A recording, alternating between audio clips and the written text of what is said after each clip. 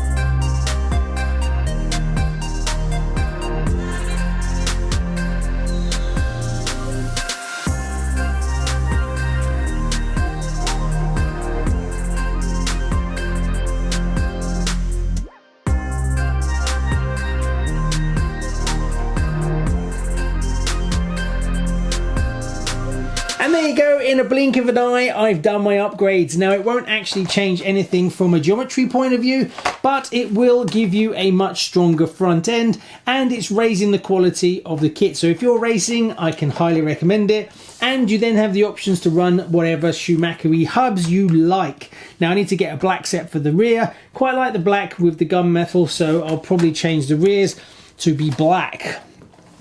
Carbon motor mount.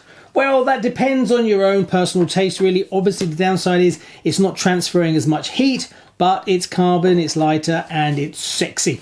The front bulkhead, now I'm pretty sure this became a standard thing on these kits, so you might have already have one, but obviously I didn't have one on this one. If not, that is an upgrade worth doing. It tightens up the front quite nicely and makes it a little bit stronger. What's next for it? Well, it's fully working and I can drive it around the garden again. The silver can in it's going to be a bit too slow for it for sure, so I'll probably get something a little bit faster, but nothing too much. Anyway, there you go. Thanks very much. Please like and subscribe, and just a little upgrade of the Mardave Cobra Evo.